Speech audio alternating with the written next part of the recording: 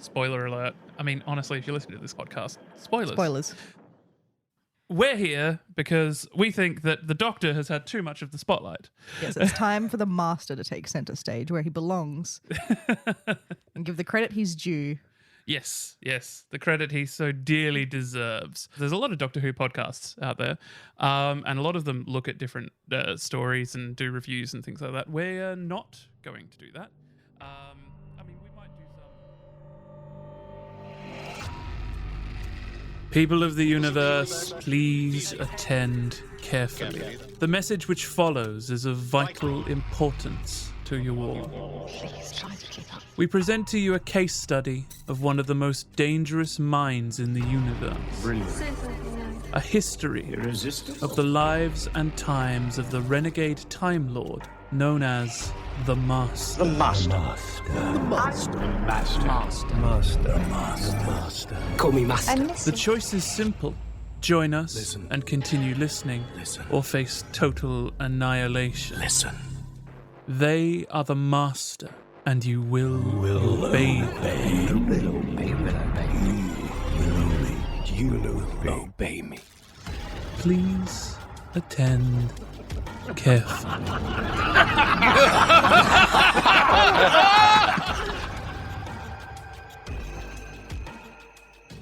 Hello and welcome to Please Attend Carefully, the Doctor Who podcast about the most magisterial of malefactors. I'm Ciarán Moffatt. I'm Amber Patrick. And for the last year, we've been bringing you chapters from the lives and times of that renegade Time Lord known universally as the Master. Today, we thought we'd take the opportunity to look back at some of our best moments from the last 12 months, from the Master's first ever appearance to the latest Big Finish audios. Amber, tell us, what sort of clips can our audience expect? It's weird because I look back and I don't think we've done as many episodes as I think we've done. We've done 26 main Master episodes. Yeah, I know. We've just done a lot of other shit as well. Is that just, that's so generic. Yeah. Do you remember this bit? What a great bit this was. Just play anything.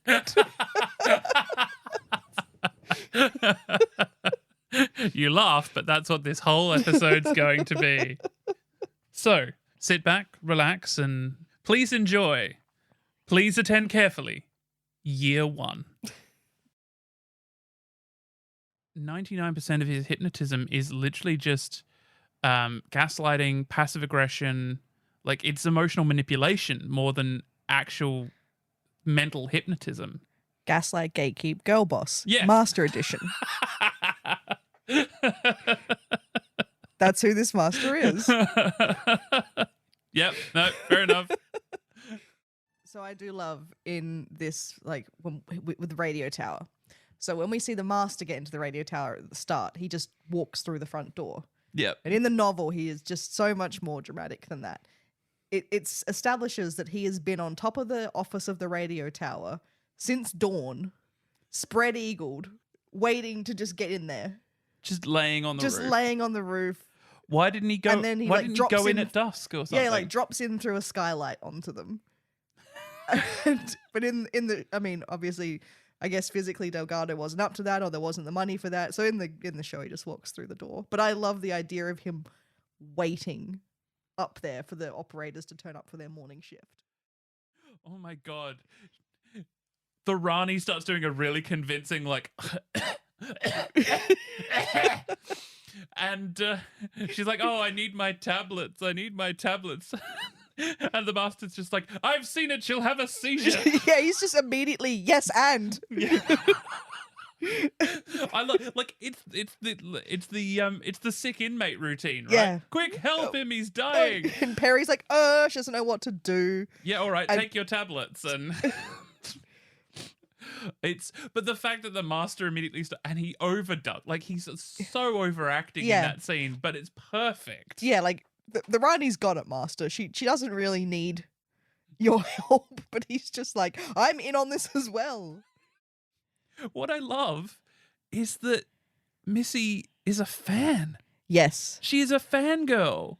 Yes, I do love. She says that in her academy era, she read about Blakelock And it was the only thing that kept her going through her boring classes.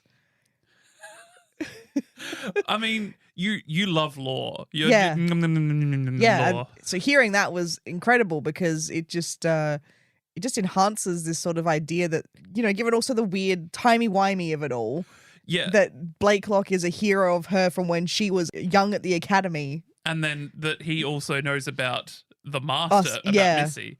I just have this image in my head of like Milo Parker head on hand at like a wooden school desk, just like drawing like master in a love heart with James Blakelock, a little arrow through the heart. Drawing a little doodle of them killing people together. The doctor comes over. What are you drawing? Nothing. Papers scrambling and crunch here and don't look. Oh, someone out there write that fic and send it to us, please. So cute. And when we find him, he's like in a castle, like he's in a... At the end of time. Yeah, like the time and space has ended. The universe has collapsed onto just that castle. He's got some henchmen come in. Yeah, it also kind of made me feel a bit like masterful when they're all in like a castle. It just kind of gave me the same vibe. Yeah, absolutely. It always ends with a castle at the end of the universe. Right. So he's just in this castle and his henchmen decide that they're not going to hench for him anymore. And so it's all very gay, I must say. It's just like, come over here, shortest at the front, tallest at the back. Yeah. And he's coat me in exotic unguents. It's awesome. Yeah. This is a rare pairing, I suppose, of like characters that you get to have meet in the audio adventures. Yeah. Because Harry immediately runs to him and it's like, it's okay, I'm a doctor. And Beaver says, that's less comfort to me than you think. Because at this point, the Master doesn't know that Harry is a companion of the Doctor at first. They do start saying, I came here on his ship, and the Master's just like, tell me more. Uh-huh. Well, the thing is, the Master works it out quickly. They don't even need to say TARDIS or anything. They're just like, we're travelers. And he's just like, oh, yeah, sure, you're travelers. Could you imagine, again, the shitty, pure coincidence of you being the Master and you happen to catch two of the Doctor's companions in your trap. Well, now he's going to come and save them and your plan is ruined. I mean, you kind of want the Master to be just like, no, like get out of here. Like you're ruining everything. You're free. Go, get out. I don't want you here, okay? Leave. Like how does he feel about someone that he knew quite well walking around looking like that? Yeah, because this is his third time meeting the Decayed Master. Wait, no, because the audios, there would be countless times. Countless times. Yeah, there's a lot. He does it, reasonably often. Yeah, just being like, this Master. I feel like the Master must be like, oh God, it's this Doctor. Yeah, I wonder if they have preferences for which one they meet. Like, which one would you rather run into? Yeah. Well, I mean, the Master surely wants to deal with the fun Doctors, right? Yeah. Like, no one wants to deal with like the first Doctor. Can I just say, I realized something while doing that. This is the first time that the Master has met the Doctor since the Deadly Assassin, but it is not the first time the Doctor has met the Master since the Deadly Assassin, because immediately after the Deadly Assassin, the Doctor meets the I will call him the unnamed Master in Blood of the Time Lords. Mm. Yeah. Do you mean specifically the fourth Doctor? Because Jago and Lightfoot is directly after Deadly Assassin. Is it? Yes. Isn't it? We've had this conversation. It's directly one of the stories we've done of Decayed, and I think it's only Jago and Lightfoot, is that he has gone straight to London. Straight to London, yeah, to find the sixth, and the sixth Doctor turns up. So I love that immediately in their own timelines, in the Master's own timeline and the Doctor's own timeline, the first time they meet the other is out of sync. Yeah. That's amazing. Yeah. So how did we not think of that earlier? So 4 meets Inventor. Yeah. And Decayed meets 6. And then Decayed comes down through his timeline somewhere to like, this is after it somewhere. So they're finally back in sync in this story. So, yeah. Amazing. Yeah, which is always comes up with that conversation that we can have every single episode of what combination, Like, I think Four's probably quite happy to see this version. Yes, of the because he's master. having fun. He's a fun one, unlike the inventor who was the opposite of fun. Yeah. I feel so bad for the Lumiat in this story because finally the master is on the side of good and the doctor doesn't care. Yeah, because like the world is not good. It is not pure. The Lumiat is literally the perfect avatar of goodness. Everything stripped out, pure good, but that's not what the universe is. So she can't exist in it really because there's no room for that. You're innately suspicious of someone who is super ultra nice because it's not a natural thing that we ever really come across. So the doctor is suspicious. He doesn't like her because he doesn't understand or he can't understand why she's so nice. But she doesn't have the capability to understand that not everyone would think like her because in her mind, you can just be perfect. Yeah. I mean, maybe I'm too good a person, but I listened to this story and when it got to the end and just her really sort of quiet, I don't want to be this anymore. I had a bit of a cry. Oh. It's such a sad piece.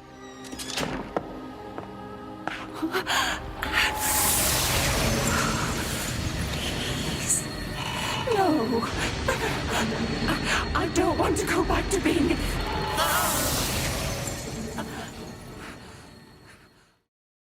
Off by saying you weren't here for the things that we know that happened in the TV show.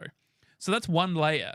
You know, you weren't here for the probe 4 and things, you know, all the things that you should have been here There's to a line stop. of craters across North America now because of you and Yeah, exactly. Yeah. But then he dives into real world atrocities and says, what, when were you going to Rwanda? Were you going to go and fix that? Yeah, he mentions Cambodia with Pol Pot massacring all the intellectuals. That is such a wonderful line that I love. Pol Pot killed millions of doctors and not one of them was you. Yeah. Is it just such a punch? Yeah, I also think the punch of like, because the doctor talks about helping out the little guy and things like that. And one of the lines he gets in with was like, where were you? And the tanks were barreling down Tiananmen Square to those students. And it's like, oh God, get him. Like, fucking get him. It's like, you talk so much about being friends with Mao. It's like, I knew him when he was a librarian. Yeah, you could have stopped him. Yeah, the doctor's really dismissive of that line. Yeah, it's like, I didn't know Mao when he did the bad things. You could have stopped him. Yeah. And it is one of those things where the master is completely right. Like the doctor had it within his power to stop those things. I mean, one could argue that the doctor steps in when something non-terrestrial is involved or extraterrestrial or subterrestrial or whatever. But yeah, no, I think it is very fair criticism that the doctor knowingly was friends with someone who ran a ethnic cleansing campaign. Yeah, it's really awesome when like the master sort of needles into the idea of like the doctor's like, oh, I help people who need it and I help the small guy. And the master's like, yeah, but like you say that you're friends with Mao and that at the time he was okay, but like then he was awful and a monster and like doesn't that call into question your judgment of people? How do you know you're helping the right people? What if you're wrong? Because you thought you were right then, but you weren't. You were very, very wrong. And he really needles into it. And the doctor's really uncomfy and just wants to like walk away and be like, I'm so angry. But it's beautiful writing because it's exactly who the doctor is. I'm so angry that the moment is taken from them by something distracting them. And the doctor gets an excuse to go like, what's happening over there? Let's exit the scene to go find out. And you don't get a resolution. We're coming in the middle. So the master's done a lot of prep work before all of this. I don't know. It kind of feels like, and this is probably the single worst analogy I could possibly use, but it feels like say you go shopping somewhere or like you're somewhere where you know that your ex works and you like, you know that there is a possibility that you might run into them, but unless you're a creepy stalker, you're not there specifically to run into them. Yep. Like that's how I feel about it. And a friend shows up and's like, "Hey, so you know your ex is here? I just saw them." Yeah. Yeah. Like. Yeah. Yes, which, I think which reads a lot into that. Yeah. My take on that Time Lord that shows up is that he's a real gossip. Because why else is he there? But yeah, so the master is a lot harder to pin down because obviously the master goes off and the master has their own life outside the doctor. and a lot of it is really terrible. Yeah. You're sniggering because it does make it sound like it's more of a relationship than it is. I've got a life outside of you, Doctor. Um, The doctor's like, stop coming here then. You're coming to Why do you- me. oh, Doctor, why are you so obsessed with me? But yeah. This master loves to dance. Yeah. Most of them love to dance. I'm trying to imagine Delgado dancing. He would dance in like a formal way, I think. Oh, yeah. Ambassador. Yeah, like on a ballroom Ambassador, floor or you something. spoil us. May I write my name on your dance card, madam? Who would lead? Who would lead? The Third Doctor or Delgado? Third Doctor. He would lead. I don't think he's just taller and just has that Okay. the more dominating presence of the dance floor. Okay. All right, fair enough. I think I'd rather see Delgado and Joe dance together. They can have a really menacing conversation as they dance together, and you could be like, "Well, you don't know where the Doctor is, do you?" Stop! I'm writing fiction in real time. He decides. Well, he sets the clock for a very specific day. Yes. A very specific day that he knows about. And when he wakes up, he sends Daleks to a specific map reference. Yeah. The Fourth Doctor's there. It's Genesis of the Daleks. Yeah. The Fourth Doctor has arrived at the point in time where the Time Lords have sent him, and only the Masters changed time. Like, the Daleks are already here. Yeah, and so there's two companions. Sarah Jane Smith and Harry Yeah. Sullivan. And so we should point out these characters aren't in this audio. They're not No. voiced. He sent a patrol out and he's basically watching this on a monitor. But the thing is, it's such a, like, the way it's described Yeah. is so visually. And because if you've seen Genesis of the Daleks, which I think most Doctor Who fans have, because it is always in the top 10 Doctor Who stories Yes. of all time. So you can see them, like, you can see the Doctor with his, like, hat on and his scarf done up tight. You can see Sarah's yellow rain jacket. And Yeah. like you can see it in your mind's eye, and like Harry in his duffel coat, like you can just visually you can see it. And then the line that just drove me absolutely crazy Mm. and I'll never stop thinking about, and it's going to take over the next few minutes of this podcast completely. The War Master is watching this scene and he says, "Oh, if only you were the earlier face than this. If only those two humans were Joe Grant and the Brigadier, I might have spared them." Yeah, I might have captured them and brought them here. What? Are you kidding me? Yep. I love this so much. So if it was Unit Era Master and if it was the Joe Grant and the Brigadier, he would capture them and talk to them. But as it's the Fourth Doctor and Sarah Jane and Harry, Yeah. he has Daleks exterminate them. Yeah. And not just exterminate them. Like they're dead on the ground, and the Dalek said, they have been exterminated. It's just like, go again, Yeah. do it again, Keep firing at them. keep firing on them. Because there's this theme that he says this line. Because like I love, I guess, Three Gardo is the way to say it. Three and Roger Delgado. I mean, I love that. And then this line where he wishes that is who this was and who Yep. he was sent me insane. But then he says, as they're shooting and killing the Doctor and his companions, he says, "It's better this way. Nostalgia is a sickness." Yes, And I just thought that was so powerful. Like, he knows that deep down there is a weakness inside him that he might have spared them if they had just been the different faces. yeah, Like, just the different people that he knew and must have enjoyed his time with and loved, because he was willing to spare them compared to slaughtering them like he did for. yeah. And the whole, like, shoot them again. It's just this way of him destroying any sense of nostalgia. Like,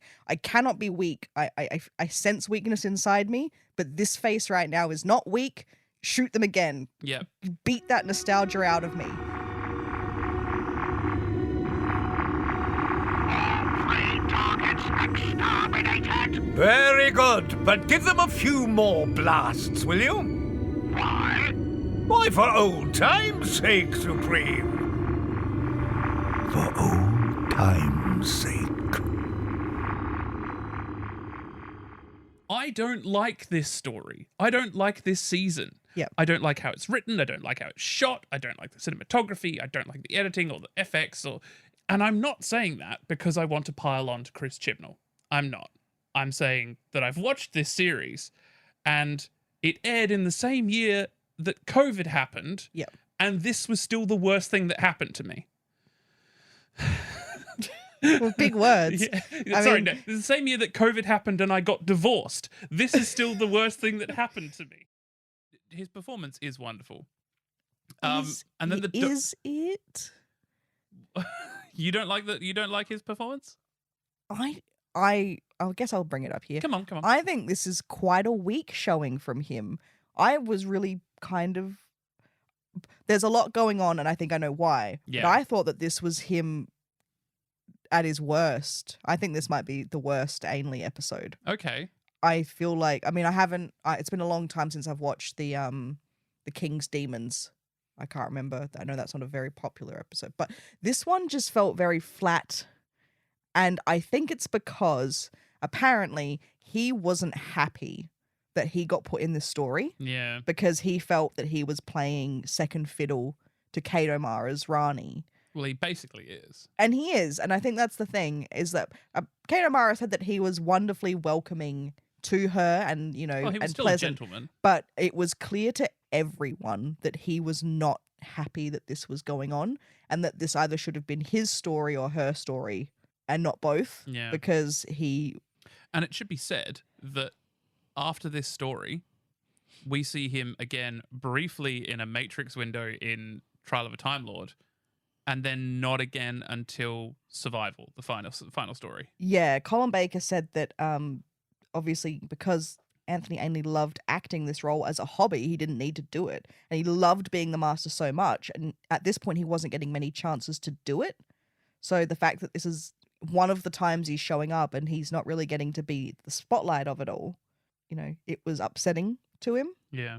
And yeah, apparently there was also an air of like a younger, beautiful woman coming in to play a renegade Time Lord. And I guess there might have been doubt around, oh, am I being replaced? Yeah. So I can see with that context why I think his performance is a little flat, because he isn't, you know, getting to do everything he probably wants to be doing. Yeah. But he is still there and doing it. But yeah, I like some parts of this, but other times I feel it's best when he's with the others doing the back and forth. Mm-hmm. The constant standing behind a fence or standing off to the side and watching what's going on. Like, he doesn't just really get given much to do. No. And also, I suppose the Doctor is different now. You've got a very arrogant, swaggery Doctor, and then you've got this new calm, cool female like scientist. Where does that leave you with your character?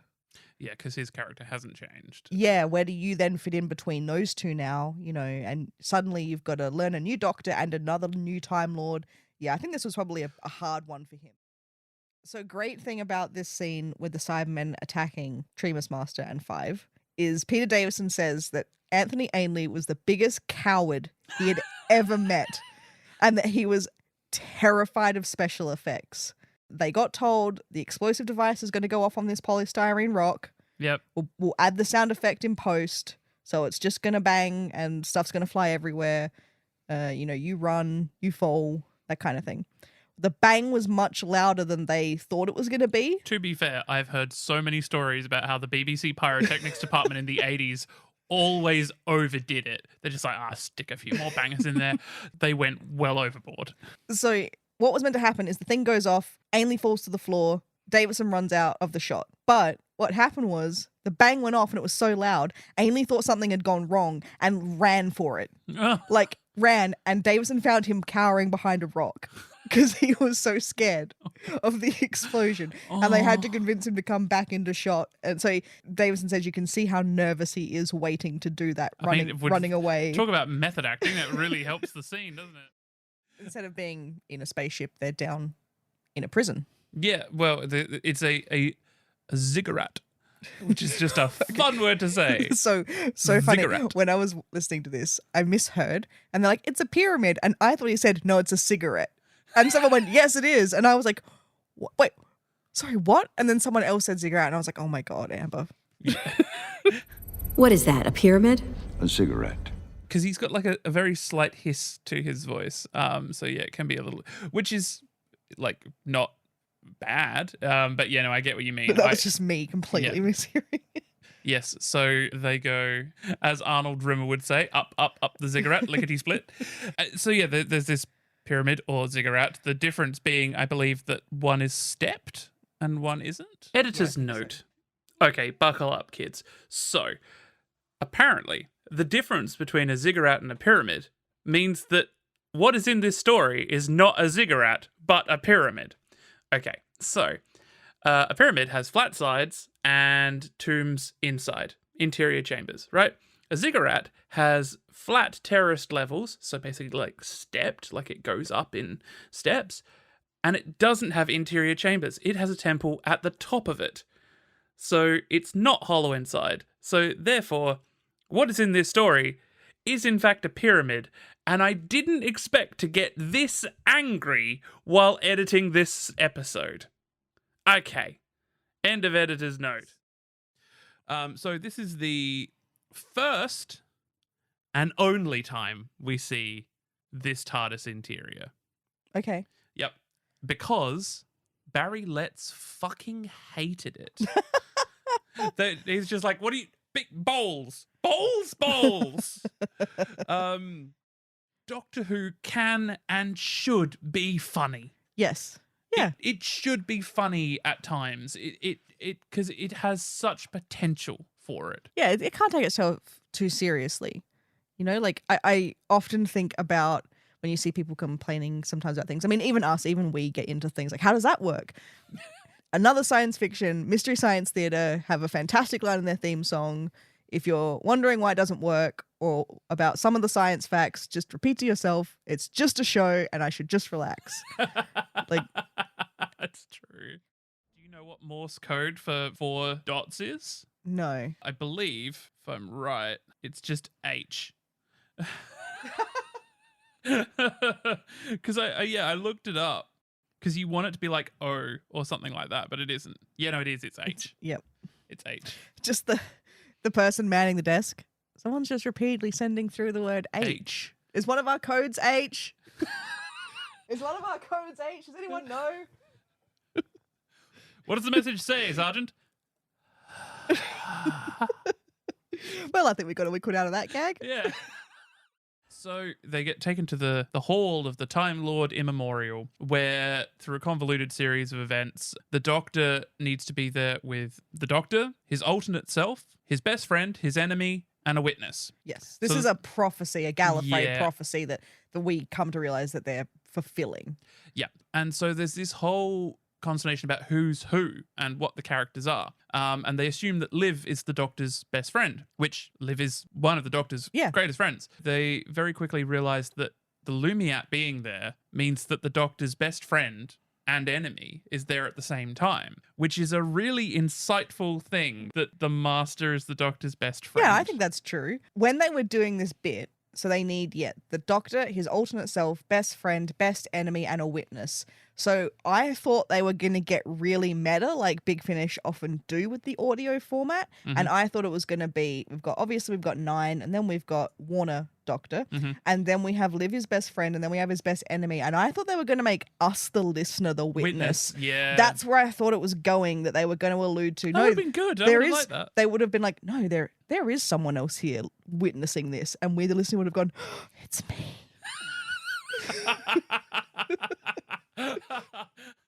Big Finish spoiling the story on their own Instagram stories. I actually, it's Axos, by the way, but it's Axos from Claws of Axos. Oh my God, it's Axos from Claws of Axos.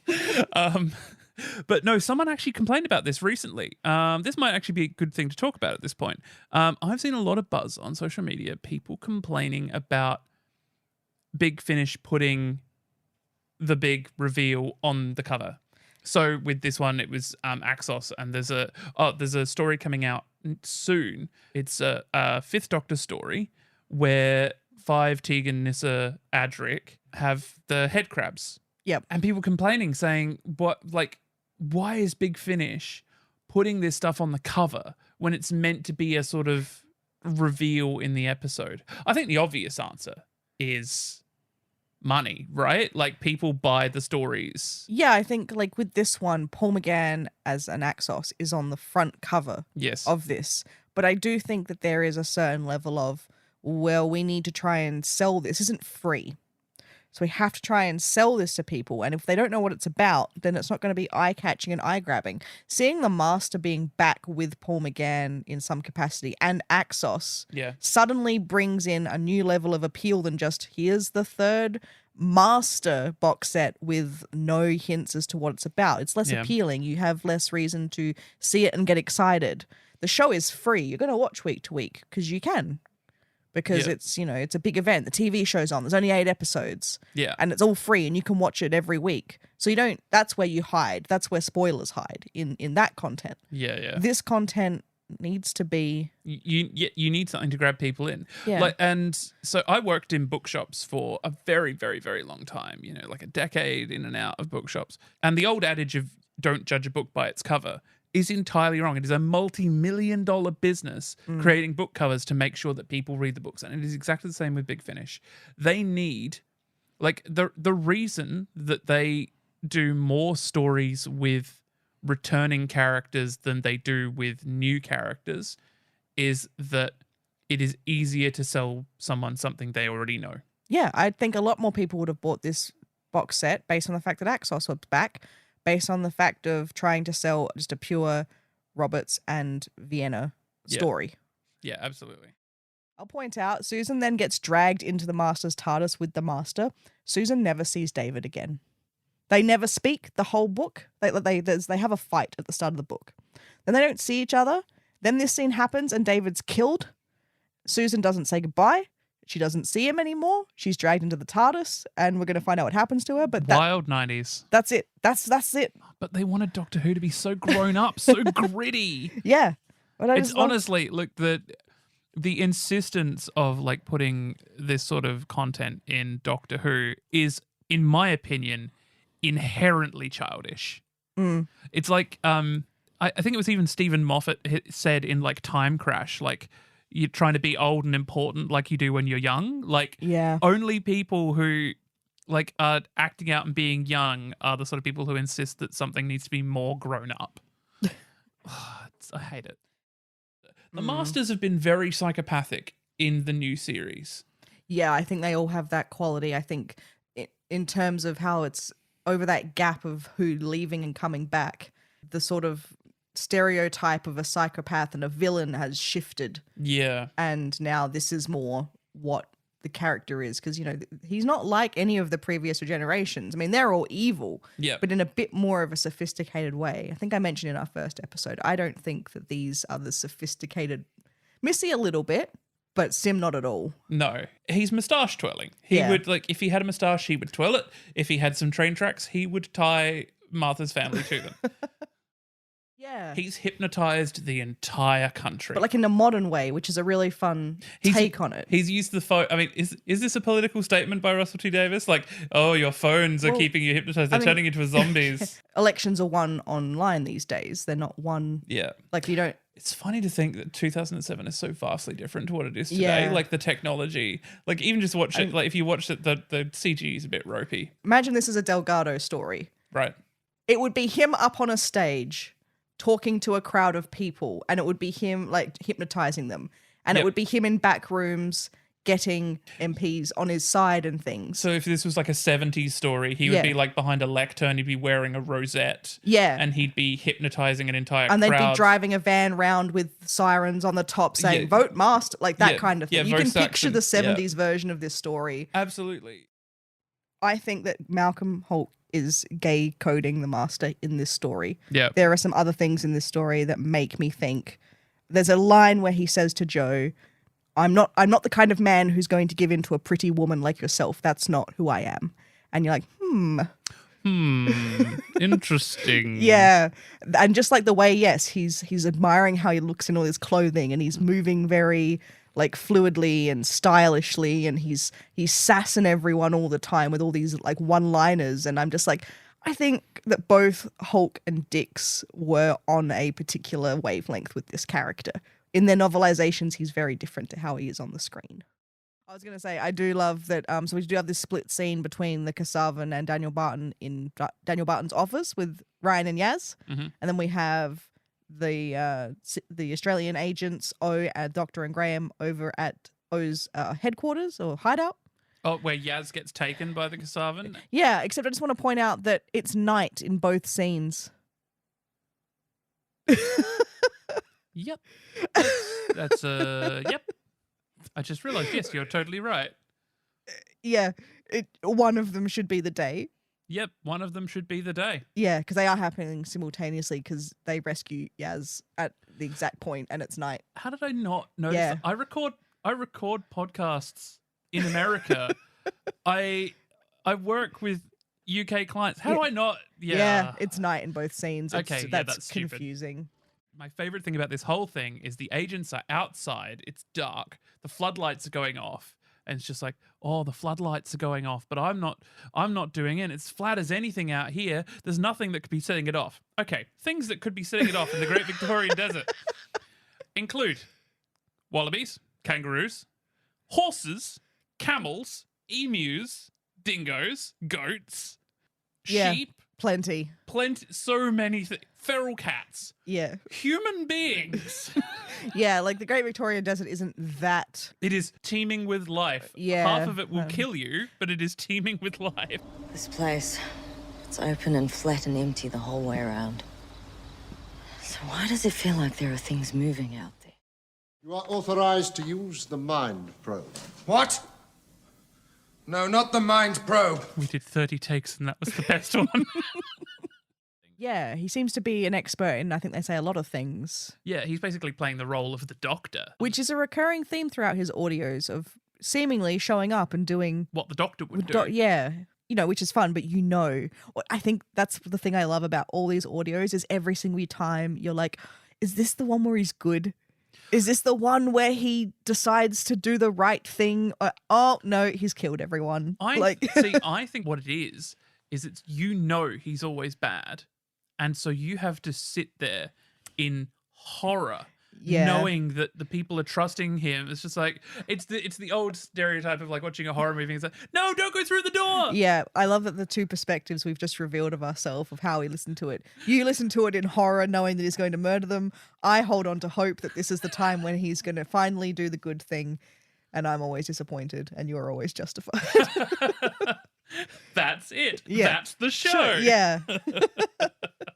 I liked that you sent me this and you were like, yeah, I really want to do this one. Like, please make sure you're wearing headphones and you're not doing anything else while you listen, Amber. Like, really get immersed in this one. It's really beautiful. And I sent you a message. I was like, okay, I'm starting it now. And then I messaged you later and I was like, I finished. And you're like, what did you think? And I sent you a Simpsons meme of a farmer saying, oh no, the chorn. And I realized how undermined you probably felt in that moment. It's fine. It's honestly, it's fine. I do love this line. Harry says, we should be worried. And the master says, I don't think you've got anything more dangerous than me to worry about. And I was like, proud of yourself for that one? Yeah. That's the exact tone you take with me when I make like a bad pun. What follows is they go down a corridor and he TCEs the Dalek. That's interesting. That's never been done before. No, and the whole thing shrinks, the shell and all. Yeah. Well, I mean, one would assume. And then he Oh, but it's tissue compression, not. Yeah, that's why I thought it was interesting. Interesting, yeah. And so he's got a 6-inch inert Dalek and he just puts it in a side room and just continues on.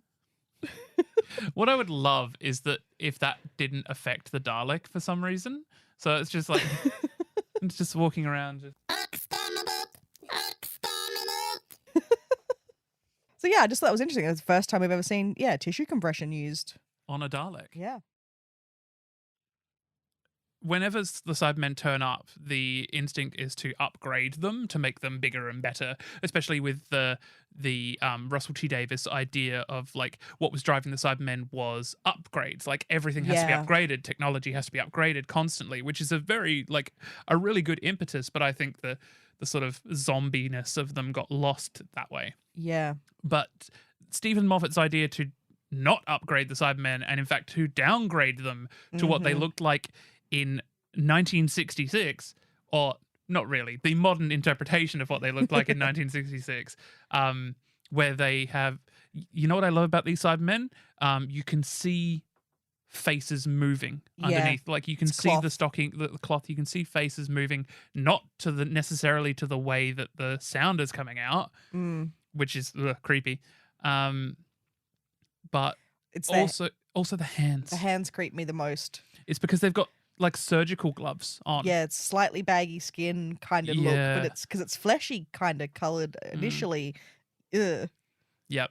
I love it, and it make like it's not very often that Doctor Who manages to make something like an old idea like Cybermen or Daleks scary again. And very, very rarely do they manage it. I mean, this is the only time recently that Cybermen have been even remotely scary. Yeah. And as far as I'm concerned, the only time that Daleks were scary were in that one New Year's Day thing where one of them literally started piloting someone like Invasion of the Body Snatchers. I think that it's so scary but it's not even body horror. It's not like we see them all deformed under there. It's really clean. They're very clean looking, but it's that human thing of we can see ourselves in them. It's Uncanny Valley. When they're like, the big stompy machine things, they look more like robots. It's harder for us as viewers to connect and say, oh, that's us. These, you can, they almost look like World War I, like hospital soldiers just lined up in a ward who have all been gassed because they're all just bandaged up. Yep. You can see we've been like that before. War has pushed us to look like that before. And so that's why it's scary, because as a human, you can see it. Yep. You are like it, you can envision yourself. That looks like something that you would literally like you could see. Yeah. Like it looks. All of the elements of it are something that could be found anywhere near you and made to look like you. Yeah. Like it is supremely uncomfortable, and that is a sweet spot for Doctor Who. Like making it uncomfortable that you can that then it makes the Doctor winning all that better, or the Master winning all that creepier and worse. Yeah. So they go to this other facility where there's an alien race called the Drast who were preparing Japan for their own invasion of Earth. Right, okay. And they were ready to go on their invasion. Don't you just hate it when someone just Q barges like that? And then the Master shows up and reveals himself, and I think it was that they knew who that was, and they were like, the Master, oh, no, pull the plug. We can't beat him. Yep. Go into hiding and just make it so that he can't, like they've got their own kind of perception filter thing happening. Yep. So that he doesn't know they're there. So they have this, I can't remember exactly what it's called, but they have this technology that's basically like a Stargate. Okay, almost. they have a Stargate. They have a Stargate, but they can't control where it goes.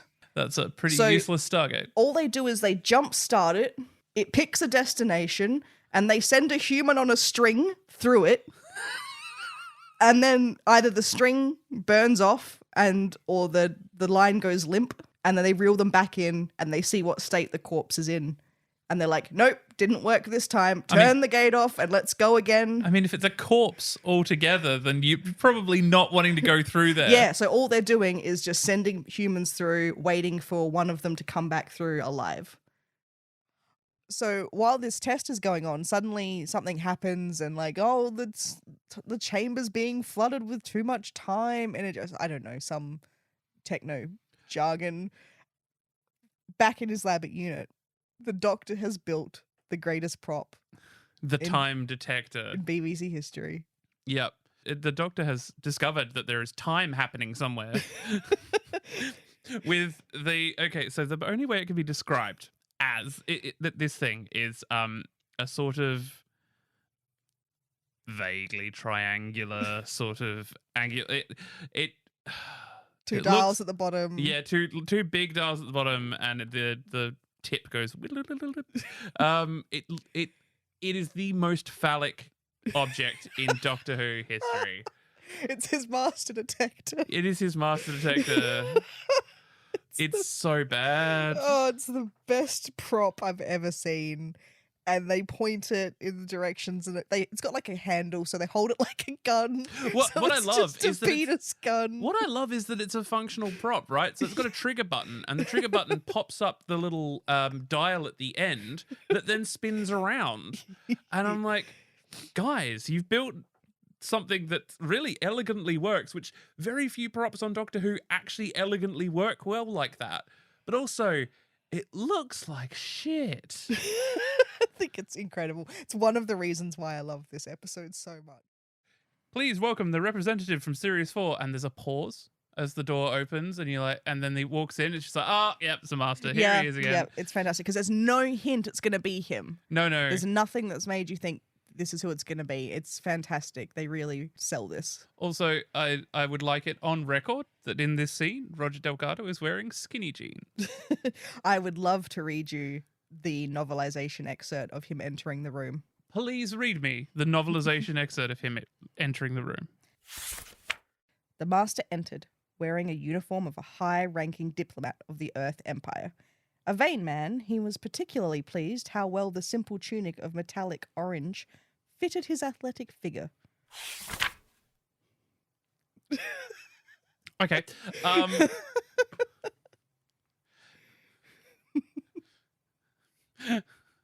Have nice fit, we'll show it off. Yeah, very, very proud of himself. Like, I imagined him just looking in the mirror and being like, yeah.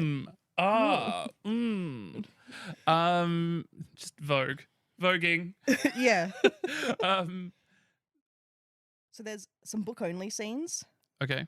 Which is them traveling to see the Doctor. Right. Because in the rest of the episodes, he's put them in the cell in the hold. Yeah. But in this scene in the book, she's riding up front with him in the cockpit. And we can read it together. Sure. Joe looked out at the bleak, forbidding moonscape as the Master's spaceship, which he had stolen from the interplanetary police, slowly sank down on the illuminated landing pad. What are those domes? She asked, pointing. The Master glanced up from the instrument panel at the series of huge domes standing out from the rocky moon's surface. The prison, I imagine. What a wretched place to send people for the rest of their lives. He chuckled, amused by the thought of other people's misery. Why are you always so nasty? I thought I was charming. He laughed, a quick, hard laugh. You are cruel and unkind and never think of anyone but yourself, she said emphatically. You're bad, and you know it. The Master touched one of the landing controls.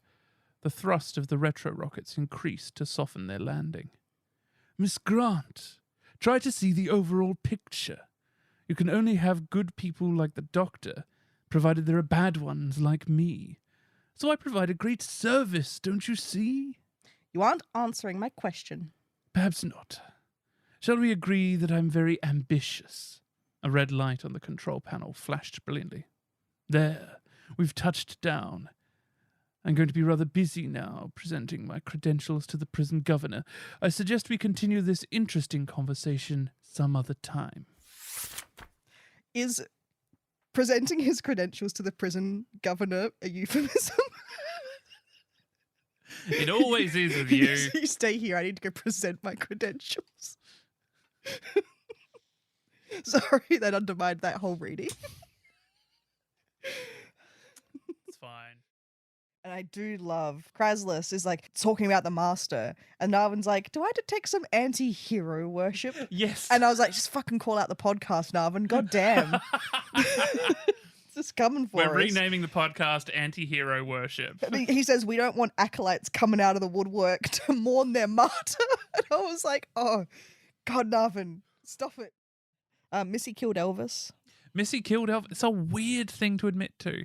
The thing about Missy, right, is I think both Missy and the Doctor are 100% guilty of exactly the same thing, which is making stuff up for effect.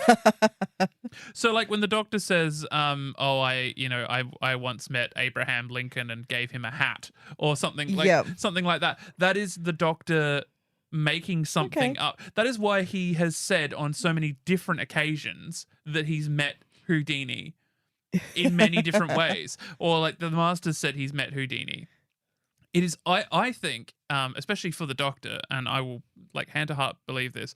I think what the Doctor's doing in those situations is trying to get people to stop focusing on the situation, like just trying to distract them with something. Yeah, like, oh, that was you that did that? Wait, kind of yeah. kind of inane and pointless, and So I don't think he and one of my big reasons for saying this, and this is totally off topic. In the 50th anniversary comic, the something of the Doctor. It was always the something of the Doctor in the 50th anniversary. Prisoners of Time. Sorry, that was what it was called. Mm-hmm. There's a bit where like the Doctor has to remember who he was, and so he has to like look at things from his past life, and he picks up a cravat, the Eighth Doctor, and he says, "Oh, I got this in a thing with was it? I was given this by Oscar Wilde after an incident with a theater of midgets," and then later on someone's just like, "Well, no, that's not true, is it?" And he said, "Well, no, would you rather I told you I got it in a San Francisco morgue?" Yeah. And so I think Missy will honestly just say whatever the hell she wants. Yep. And because no one's checking up on her. I think both the Doctor and Missy have worked out that no one is actually checking up on anything they say. I love that was an in-joke between the two of them, who can just come up with the weirdest shit to just claim as theirs. Yeah, right. Like, oh, I killed Elvis, and the Doctor's like, damn, it's a good one.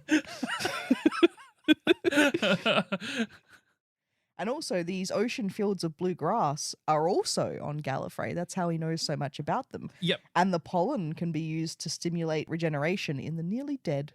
In my head, when I heard that, right, I was thinking, like, Peter Capaldi made that joke about it's just like being dead is like our man flu.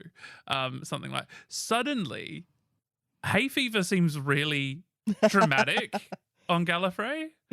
I'm dying. I'm regenerating. It's just like you just got such bad hay fever that you're starting to regenerate. It's someone get me some Claritine.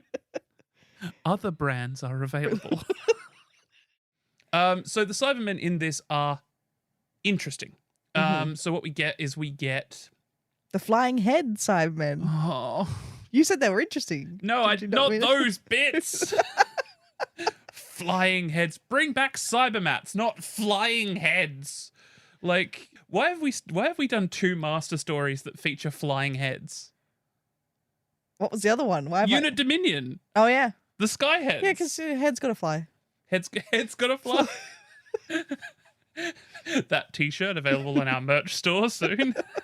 Head's got to fly. Well, one thing that has been shown to be constant throughout Doctor Who is that the Doctor hates other incarnations of himself. Yep. He can't stand it. Which is like, if you met your teenage self, you would punch them in the face. I maintain that I would. You know what I'd do if I met my teenage self? I'd mug him. He had more money than he knew what to do with, and he wasted it all. Not Doctor Who related, but valid. Yes, we find out that this is a Time Lord prison it's a Rassilon era Time Lord prison. Yeah, the Master does say at this point, it dates back all the way to the time of the Triumvirate. I'm sorry, you're bringing Cartmel Master Plan stuff into this? What? What? Are we canonizing the other now? Yeah, it's a quick little line too. It goes by quickly and no one mentions anything about it. It's like, oh, we see what you snuck in there. Yeah, no, he's doing it to upset people like me, okay? That was written specifically to upset people like me. Just on this note, when you posted the Emperor's New Groove meme on the Tumblr. What a sentence. Yeah. With the looms bit. Yeah. Some people were just like, yeah, looms. I was like, no looms. I knew they would. I mean, it changes things if they were made in genetic looms. Does it? One day I'll meet Andrew Cartmel and we'll have a nice long chat. We get a little bit of lore about the Doctor and Master at school, and we get that famous that was my man crush. The shy people are listening. They'll come for us. I'm one of them. I'm already in the house. The calls coming from in the podcast. We also get a line that I just want to mention, in that the Doctor asks the Saxon Master, like, how are you here? The last time I saw you, you were off to Gallifrey. And we find out that there was a mutual kicking off of the planet because the Time Lords didn't want him there, and he also didn't want to be there. Because the Doctor's like, oh, they kicked you off, did they? And he's like, it was a mutual kicking off. And I want to be like, Time Lords, don't do that. Put it in prison. Is this... Everyone, stop letting this man go free. I mean, to be fair, the season before, the Doctor did just kick Rassilon off the planet. Which I don't understand that either. There is a lot of just booting off the planet. It's just like, we don't want... Just get out. You've got a renegade problem and you know this. It's almost like it's a systemic... Oh my God, I can't say the word systemic. It's almost like it's a systemic problem and you should be addressing the root cause. Yeah. Like, this is why Narvin can't be in the show, because he'd make too much sense. Do you think Narvin lets that master out of their sight? Oh, remember, kids, gaslight, gatekeep, Gallifrey. Yeah. He throws the transfield trap at the master and he disappears. Yep. And he set it for Gallifrey? Yeah. He's just sent the master back to Gallifrey. Yeah, he says, I'll leave it for the president to deal with you.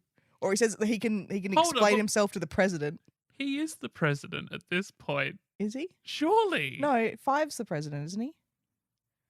No, but it's still the Doctor. Like, as far as like if this is the first time he's met the master since the Deadly Assassin, he was made the president at the end of the Deadly Assassin. So he is the president. So he's just like, oh, the president will deal with you. Oh, fuck. Well, sure, so when does Barusa take over then?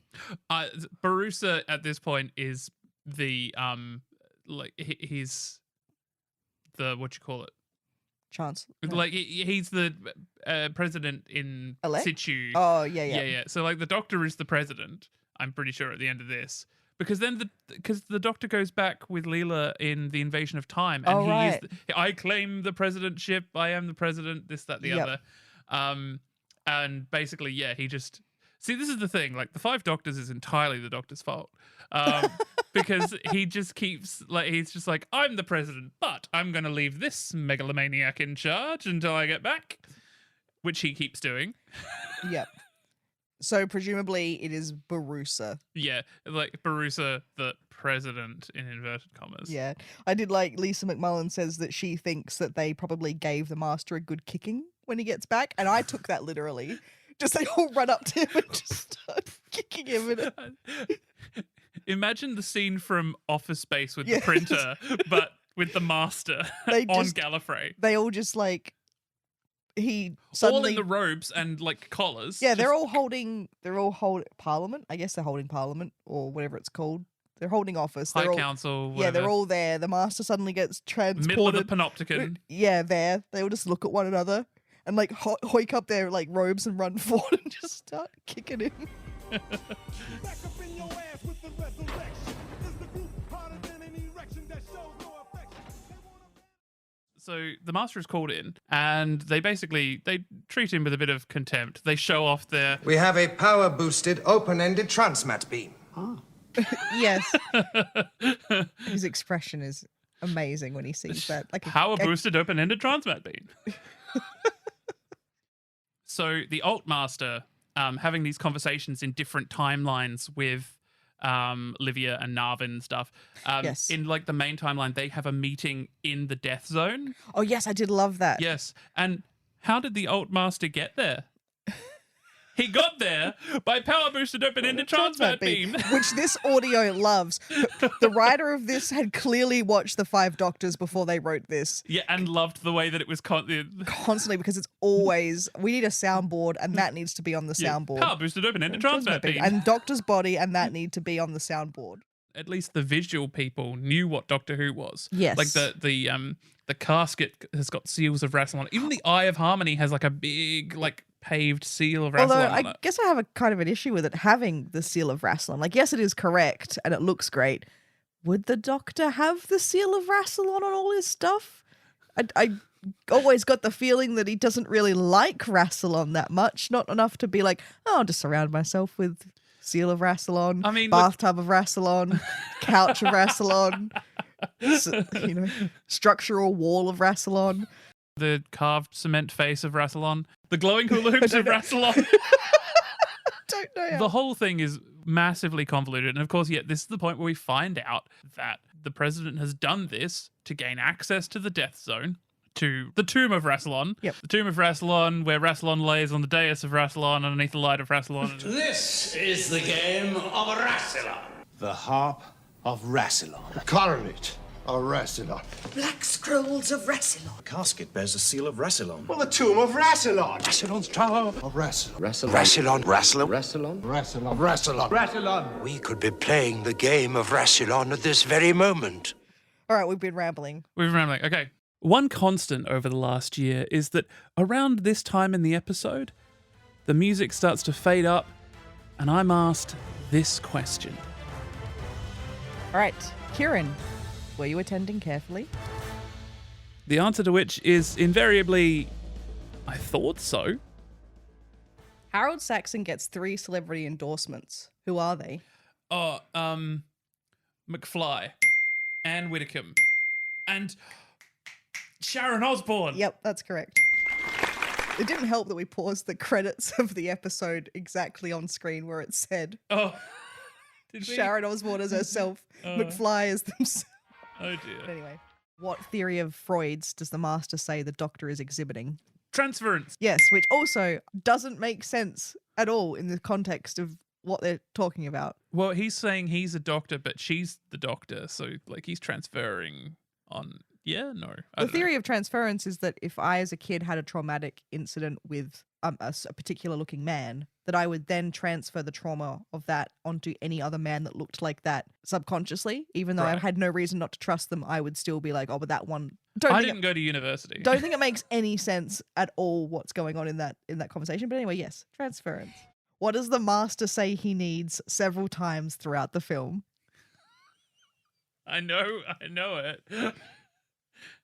I need the doctor's body. Sure does.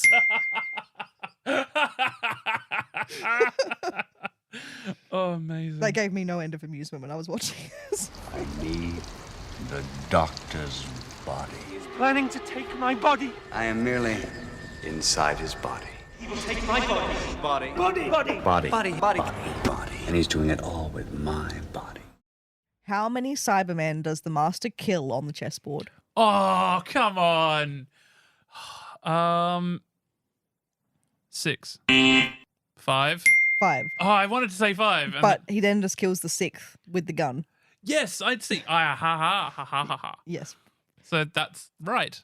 So he kills 5 with the chessboard. And then You kills... said how many does he kill on the fine, chessboard? Fine. And I know you're not going to like me for this one. I've got the booze ready. Missy talks about philosophers. Who did say learning to love yourself is the greatest love of all? I mean, it's obviously not a philosopher. Oh, it's a... What was it? I don't... Like a musician of some sort. It was a singer. It was I don't know. Whitney Houston. Whitney Houston. I'm the worst gay on the planet, I am. This question you are absolutely going to hate me for. Okay. How many lamps are in the Master's TARDIS? Fuck off. Now, this I point out because there's a scene where they're on. Yep. The Doctor comes in and it's dark and they're on. And I was like, how many goddamn lamps has this man got in here? Know, I did know. I'm like, oh, there's a lot of lamps there, but I didn't. Okay. 7 lamps. No. 9 lamps. No. 12 lamps. No. Am I going higher or lower? Keep going higher. 20 lamps. Oh, a bit less. 16 lamps. 16 lamps. Jesus. And I was just like, I know. I'm sorry. That was a hard question, but it was one of those things where I was watching and just going like, how many lamps does this boy need? And they're all different and they're all over the TARDIS. Yeah, it's a choice. He loves a lamp. Fair enough. You're not impressed with me. Not really.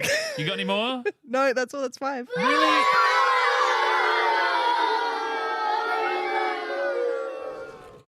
What is the password string? What is the password string? The password string is Yeti Inferno Kettlewell Zygon Crinoid Kral. Correct. Password string, please. Yeti Inferno Kettlebell Zygon Quinoid Crawl. What song does Illumiat sing to Livchenko? I don't know. All I've got in my head is the fact that Missy sings "Boom Shake Shake the Room" at one point in the story, and it's not that. It's the wrong episode. It's the wrong episode too. Yeah. I mean, she's nice, isn't she? So it's got to be something from The Sound of Music. No, it's I do like to be beside the seaside. Oh, I do like to be beside the sea. It's infuriating if I'm Liv reading a book and this nice woman comes up and starts singing. That's infuriating. And I love how angry Liv is at that moment. And the Livia's just like, oh, la, la, la, la. You're going to hate this one. I'm really sorry. I couldn't help myself. Yeah. What tune is the master whistling at the start of his private conversation with the doctor? Three little maids from school are we, filled to the brim with girlish glee. Yes, that is. Yes, it's Three Little Maids from the Mikado. Yes, it is. Yes, yes. Yes, the Gilbert and Sullivan Society still talk about my yum yum. I just thought that this was a really great little choice. Of any tune to pick, pick the one that's from a satire of British colonies. Yeah, it is. It's beautifully done. Again, like not a second of audio is wasted in this story. Yeah, I'm glad you got that one. I was worried. I heard it, and I heard it, and I'm just like, that's where you were attending carefully. What nursery rhymes does Joe say to avoid being hypnotized? I wrote these ones down because I knew this was going to be a question. Mary had a little lamb. Yep. Humpty Dumpty. Yep. Seesaw Marjorie Door. Yep. That was it. Yes, that's it. What does the master describe as the best of times? Oh, God, is it the axons, the autons, the sea devils? No. Our school days on Gallifrey, our academy days, hiding from Barusa. No, those aren't the best of times. He does mention that. But the best of times are graduating and assassinating presidents together. Yes! Oh, I knew there was a reference to the Deadly Assassin. How many sugars does Missy have in her tea? 3, 2, 1. 6. Bugger. Right, what does the master call the pit?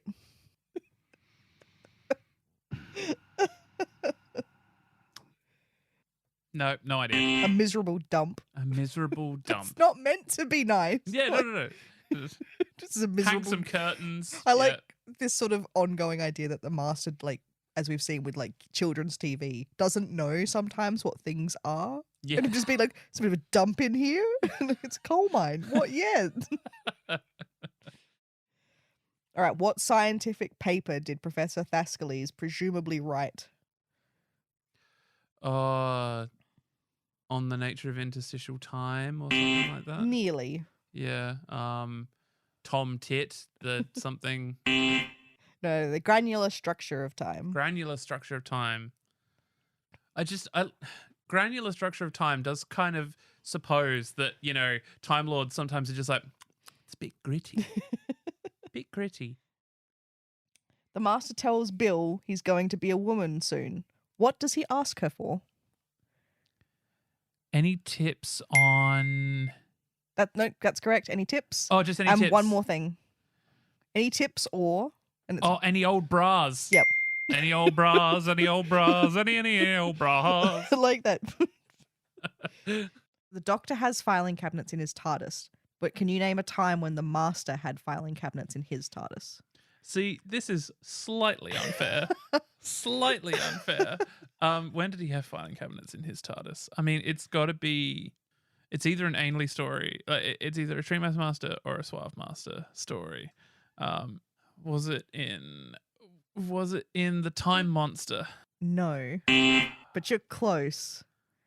Do you give up? Yep. It's The Colony in Space. Oh, I was going to say The Colony in Space!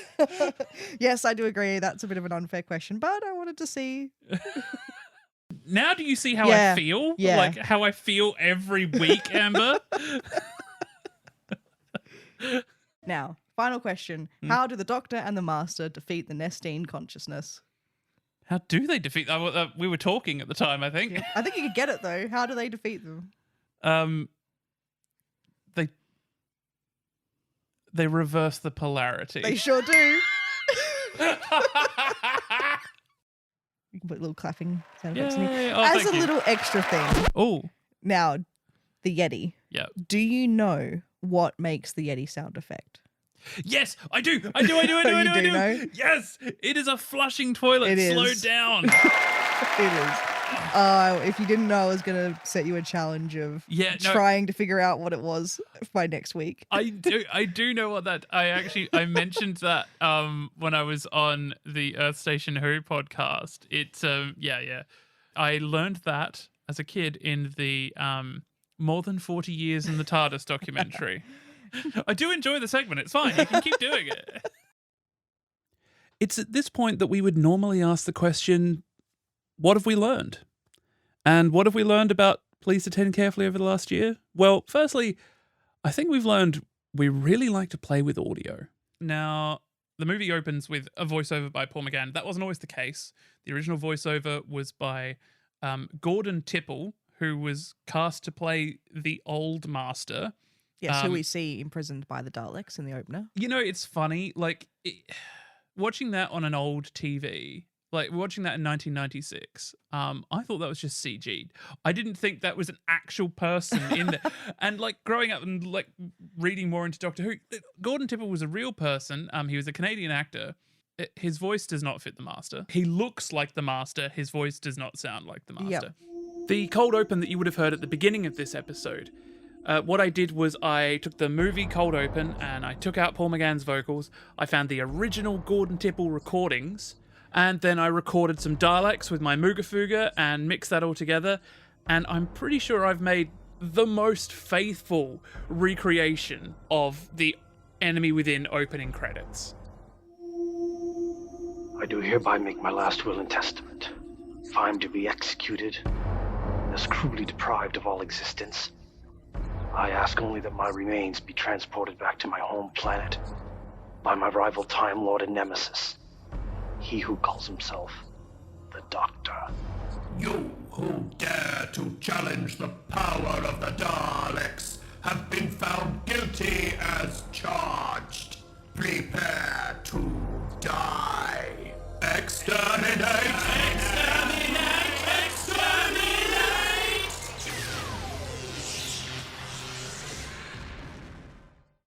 And then we are introduced to a new thing for the Master, slime. Yeah. He spits slime. Acidic slime. Caustic slime, which he goes to spit at the Doctor. The Doctor gets out of the way and Grace suddenly manages to get herself in the way. Yeah. And she gets some slime on her wrist, which actually, like, I'll admit, for the special effects at the time, it actually looks quite grisly, like an acid burn. Could you imagine if there was a toy line for this movie?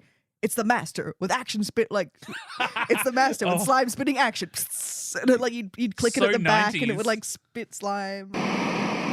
New from Kerblam, Doctor Who, the movie, the toys. Collect them all. Regenerating 7th Doctor figure. Press a button and watch his face change. Whoa! Chang Li is there to help with gun and gold dust accessories. Be ready for opera or open heart surgery with quick change Grace. I'm medically negligent. New deluxe talking 8th Doctor figure with all your favorite lines from the movie. I'm half human on another side. The evil master with his super slime blaster. Line up the security guards and knock them down. Awesome! Face off with the Doctor and the Master in the all-new Cloister Room playset with lights and real opening Eye of Harmony. My retina! Save San Francisco and the Web of Time today with Doctor Who, the movie, the toys. Available now from Kerblam. Each sold separately, batteries not included. So anyway, zipping back to the Master regenerating in the plane. Yeah. What I love, and I will put the sound in here, is the regeneration noise. So the most recent regeneration we've had is the TV movie. So they've taken that sound effect, that sound of electricity pulling in and like the sound of swishing air. So it's the same regeneration as was in the movie, which I like. And it's also the first ever regeneration in audio. Yes, I did read that. That's really awesome. Because up until this point, regenerations had not really been auditory. They've only really been visual. Nowadays, it's like fire and very light distinct and ringing sound. Yeah. So they go to this planet and they find there are two factions of Sontarans fighting one another. Yes. Really weird and kind of unnecessary choice to have a Sontaran suicide bomber. Yes. One side has a Sontaran suicide bomber. Which is really, really bad. Yeah. I don't like it. No. We also find out that the reason why there is a civil war between Sontarans happening is because the Suave Master has been here and established himself as a god to the Sontarans. For like the one splinter group of Sontarans on this clone growing planet. Yeah. And they are the troops of the apostasy of the goatee. We have these Sontarans. They all have goatees. And their faces are kind of like flat Rod Delgado faces, but they've all got goatees. And just to show that they've all got goatees, they're all wearing plexiglass helmets. Like, you can still see they're still wearing domed helmets, but just so you can see that they've got the goatee on. And they have sigils that they can project to show what faction they fight for. And the Sontarans have the proper Sontaran one. But then this tri-point thing. Yeah, this faction have the Doric column.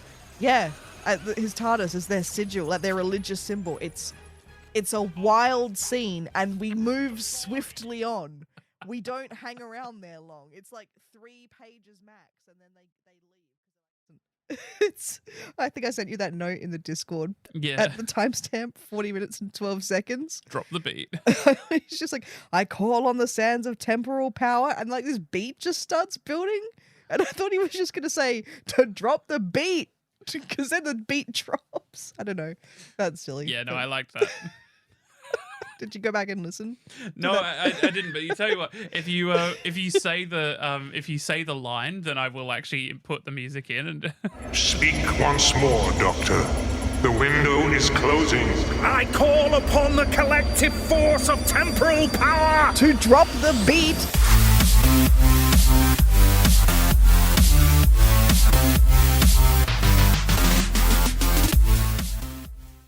You've ruined everything.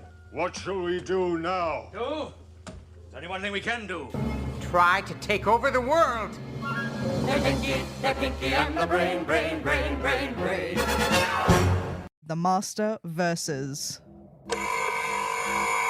The Daleks will exterminate the Master! Exterminate! Exterminate! The Cybermen have no master. You will become like us. Yes, it's going to be absolutely brilliant. Yes, who is the Doctor's real greatest enemy? Yes. Face off. Yes. So he went into the Matrix, the repository of all Time Lord knowledge, and which is interesting because he's already been there. If you remember Trial of a Time Lord, the Master was hiding inside the Matrix. Mm-hmm. He's just sort of chilling in there. I mean, it's... Just imagine them with a broom. Get out of there. The Master's in the crawl space again. I hate it when he gets in there. So, the Master comes through and says to the Doctor, "Come with me if you want your friends to live." Can you re-edit this scene in audio so that we hear the portal and everything, and it comes through and we just hear, "Hello, you." Yes, I can probably do that, actually. Yes. Editor me, do that now. How is Gallifrey here? Hello, you! Meet you from eons along your timeline. How are you here? Well done, me. No worries, me. You're doing a wonderful job, by the way. Yes. I think something else we've really learned over the last year is that I'm a man of many voices. hello, I can't do it. It's not going to sound right. But yeah, it's Oh, yeah, like any of the impressions we've done have sounded right. Oh, let's check the magic spreadsheet. I don't know why I did that voice. A little man called Mr. Razor. Yes. I don't know why I went French there. That was Well, he is going all over. He's the all place. over the place. Yeah. Ooh, they have little hats. I like them. Yes. I hope they give me a hat. Yeah, I'll ask for a hat when it's my turn. And yet, Doctor, here you are, caught like a moth by a flame, the Master said. You should surely have known better. What better way of getting to you? The Doctor asked, spreading his hands. And I'm sure you'll be quite willing to explain your latest little scheme to me. He turned to wink at Donna. It's a weakness of his, he confided. He tries to look and sound so bold, but he's actually quite insecure. He's always trying to excite my imagination and approval for his nasty little plans. It's my best, poor McGann. The Master regarded the Doctor mildly. I'm rather tempted to just kill you here and now and have done with it, he said, sighing. You really are no fun anymore. Perhaps it's age catching up with you. So you've changed bodies again, getting through them, aren't you? And you're still in the same old body, the Doctor mused, thoughtfully.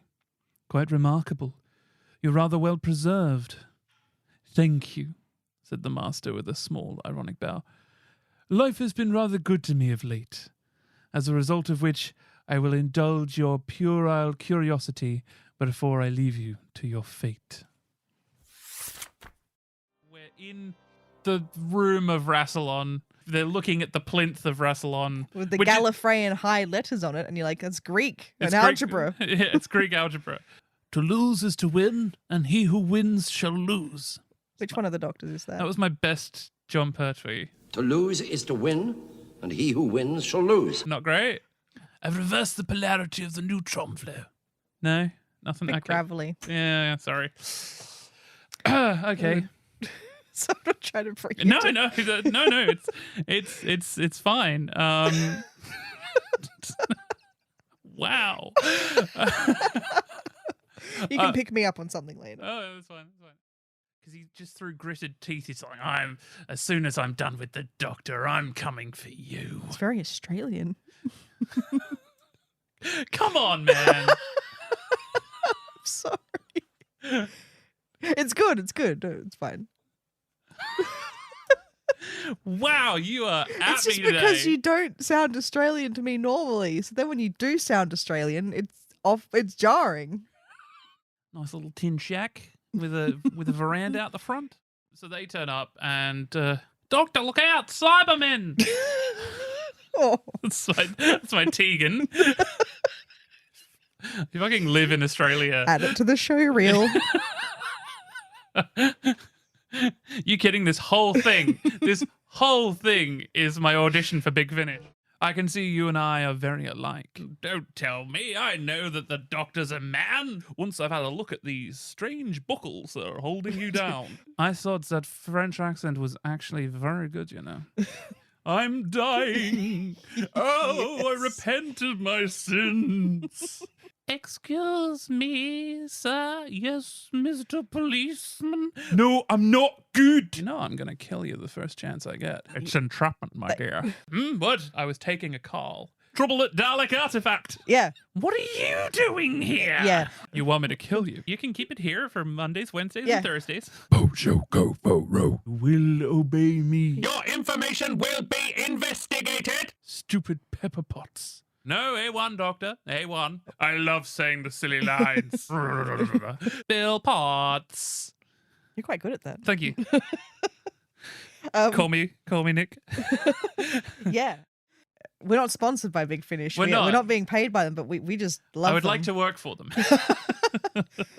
Consider this podcast Kieran's resume. Big Finish, for the love of stories. And I think the final and most important thing we've learned is that we get a bit silly.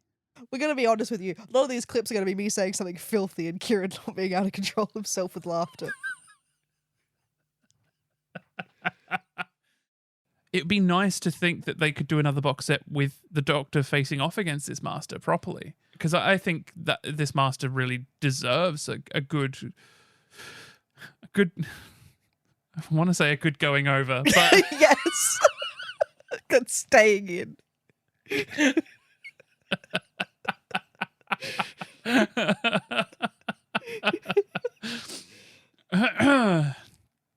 Right.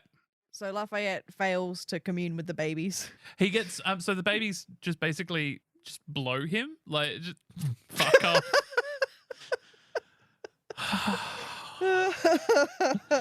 17 minutes 43. I saw it coming. Yep. And Unit have found CCTV footage of the Master planting the node in London. I can't believe he's that sloppy. Like he just walks and he looks like he goes down to tie his shoe and like just leaves it there. So they know that he's behind all of this. I still find it weird that no one pegged Master because Unit. No one pegged the Master.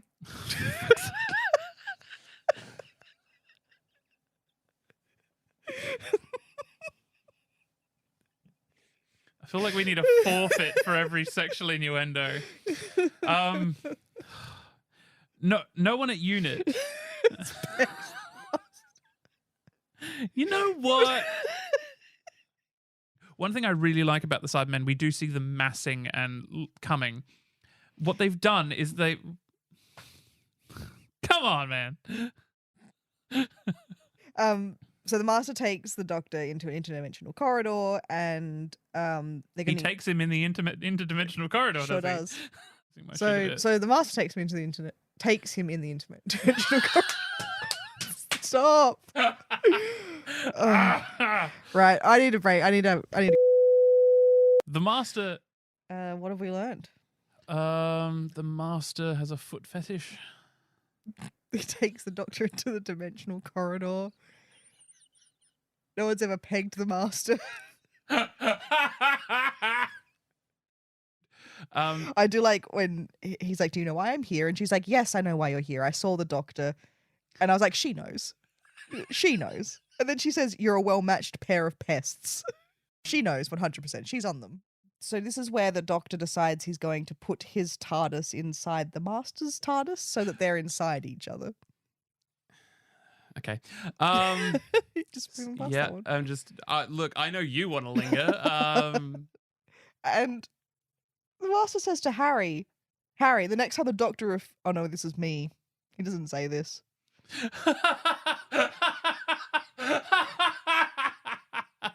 I wrote in quotes. What did you I write? wrote, "Harry, the next time the Doctor refuses to go on a date with me, shoot him." And Harry goes, "Yes, Master." But it's not far from the truth. He's basically like, the next time the Doctor refuses a request of mine, you'll shoot him. Put it in inverted commas, not not quotation marks. No, it's how I remember it. You could just make a joke about I said he's going down. Yeah, he's going down. He loves going down. He does love going down. The Doctor's body. I need the Doctor's body. My favorite line that we go out on is from Robert's Master. And he's like, "You may have won this time, Doctor, but I won't rest until I'm wearing your face." That's right, because he is still trying to get the Doctor's body. The Doctor's body. Yeah, but he still wants it. I have a note for this. You have a note for this? So we've moved on now. We're in the Timeless Children episode. We are now in the Timeless Children episode. Start of episode 2. Straight back on their bullshit flirting in front of everybody. Like, it's the end of the world. There's like the last humans of humanity left. They're all standing there. This guy comes through in this incredible purple suit, looking very extra. And he's like, "Oh, hello, Doctor." And she's like, "What are you doing here?" And suddenly this intense sort of energy between them. And you're like, really? In front of everyone now? Like, they have no like concept of public displays of affection. As you see, I'm armed. In the book, Terence just has fun with this. I think he even sent you some screenshots. When the Brigadier punches him out, Terence writes, "The Master disappeared beneath a pile of doctors." That line amused me. And it also did the line, "The Master lay in the corner, firmly bound with ropes made from a torn up wall hanging." I will not submit. And he's just doing that line. And they're like, oh, but we've dominated the doctor, so we can dominate you. Just some fun dialogue that I enjoyed. Yep. And this just annoys the master. He's like, really? Like, must you be like that? Must you be so condescending to me? And I'm just like, yeah, these two are married. Like, it just, it's just like the sigh and then him retaliating with the condescending compliments. And oh, I have a really not safe for work thing to say about the doctor's speech. Okay. Go on. But I'm going to lose some of my dignity when I say it. When it goes out, I want you to bleep so that only you and I know what I've said. Okay, sure. But the doctor's doing this big impassioned speech about, you know, where you stand is where you fall and all that thing. Yeah. And he's got that glazed expression. And all I could think was,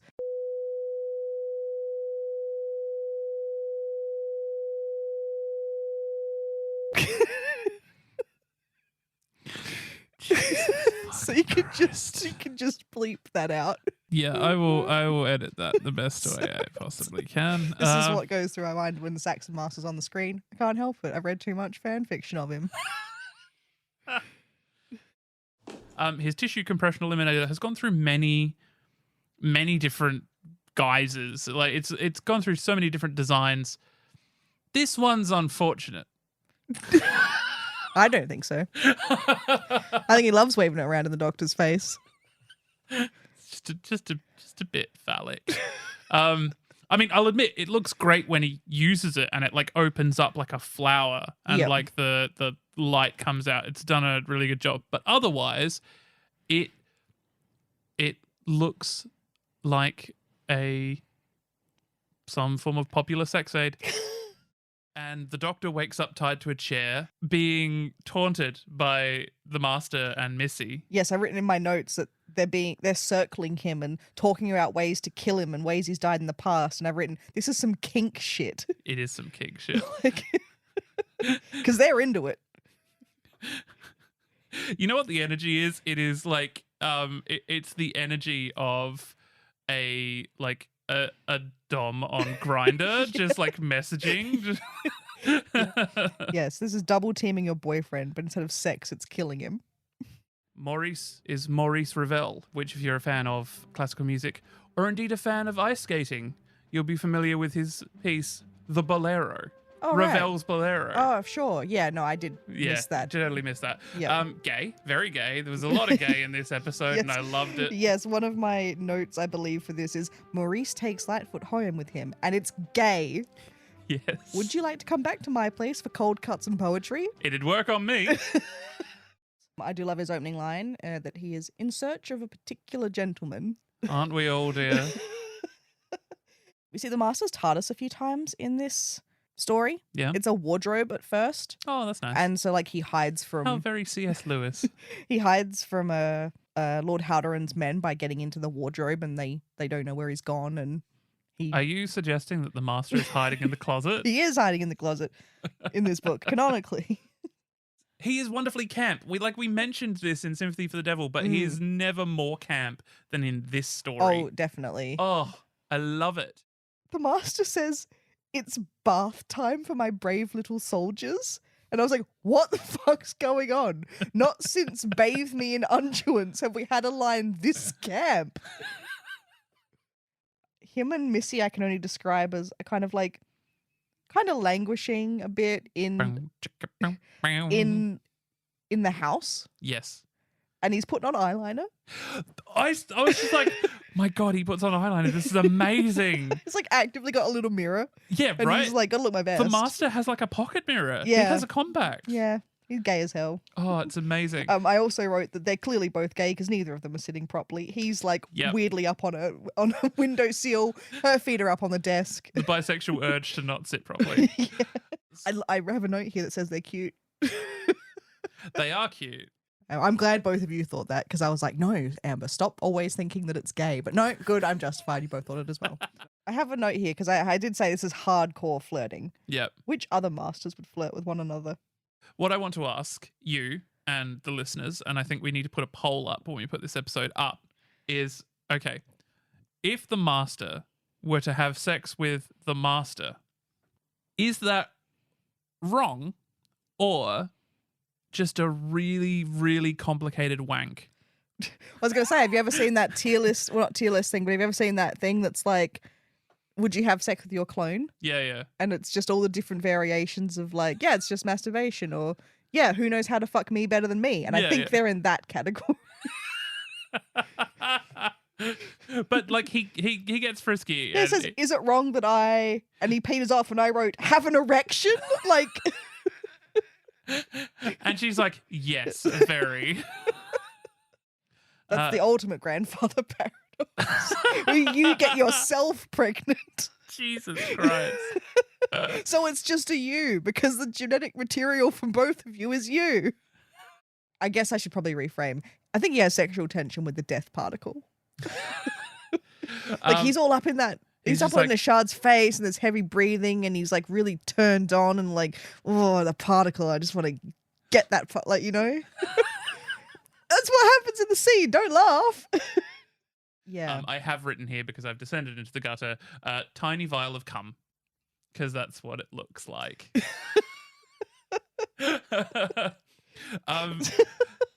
Okay. And just also, gonna move on. You're not going to defend it. No. I just thought I'm throwing that out there. Just like, and like the master keeps pulling it out of his shirt and being like, "Look what I've got it between my hearts." Something. Getting. Don't put that in. What does the master say when the Siberian is entering him? And I mean entering him. Yes. You know, not to take anything away from any any subs listening in the audience, but wow, that was not that was not the transition anyone was expecting. I was going to say something probably inappropriate there. Go on. What he really wants is to be edged. So staying in. And Missy was just like, you know where me and Pontius Pilate fucked? Very few Doctor Who stories, audio or otherwise, featured dogging. Wow. You have actually written here, Doctor just threatening them with a dildo. Are you single or edible? Don't touch the buttocks. I know it's tempting. What? That's right. Little tickle? Yeah, I've got written here, Missy tickles a Dalek's balls. Calm down, audio. Yes, want more of that. Anyway, that's all for this first year of Please Attend Carefully. Thank you so much for being a part of it. We hope that with each new installment, you really have come to understand, appreciate, and maybe even obey the master. If you've enjoyed these clips, you can always go back and listen to the full episodes whenever you like. It's just like time travel. Don't forget, if you have enjoyed us at all over the past year, please follow, rate, and subscribe on whatever platform you use. It will help us keep making more. It really will. We'd also love to hear from you. Amber, how can listeners get in contact with us? You can find Please Attend Carefully social media accounts via the link in our show notes. But if you want to get in contact with us direct, then please send us an email at pleaseattendcarefully@gmail.com. We really love any and all messages, asks, comment, and tags, so don't be afraid to get in touch. That's right. Well, for the last time this year, I've been Ciarán. And I've been Amber. Thank you so much for your support, and until next time. We hope you'll be tuning in for the next year, and the next, and the next. After all, it can't hurt you to listen, can it?